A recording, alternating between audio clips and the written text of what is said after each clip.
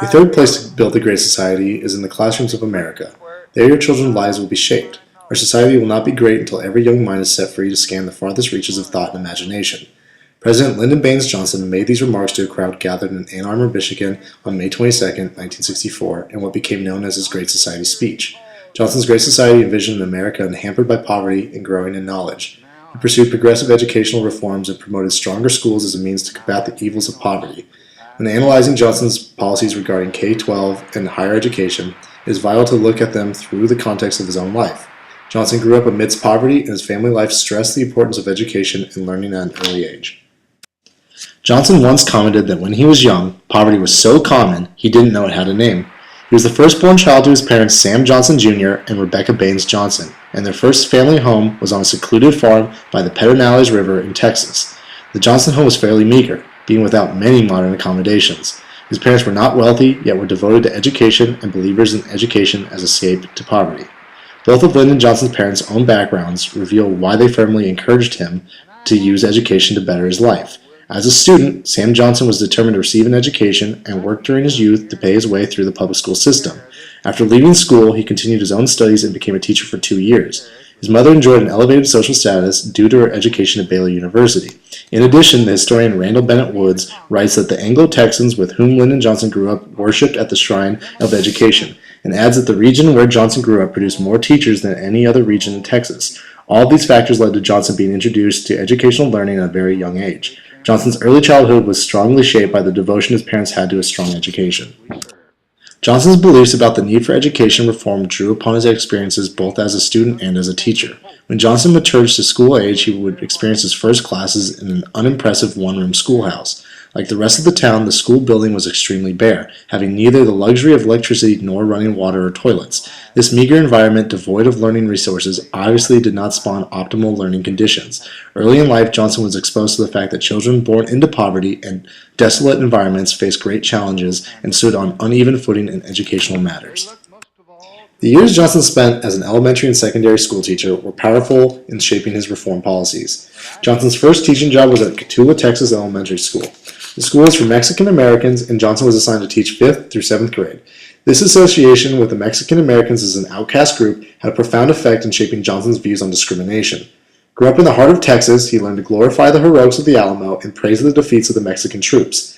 As a state representative, his father had voted in favor of the poll tax and supported a measure designed to decrease the amount of Mexican and African American voters. However, his first-hand experiences as a teacher where he saw the ravishing effects of discrimination brought him into a new reality of understanding.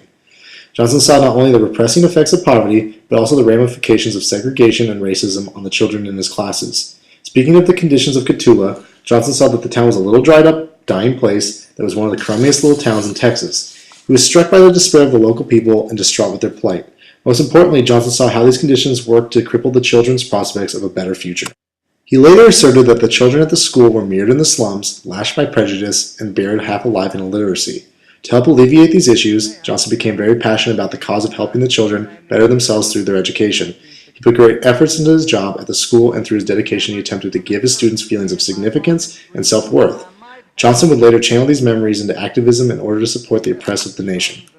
Johnson's policy agenda was also influenced by his early experiences in politics as Secretary for U.S. Representative Richard Clyburn and as Texas State Director of the National Youth Administration.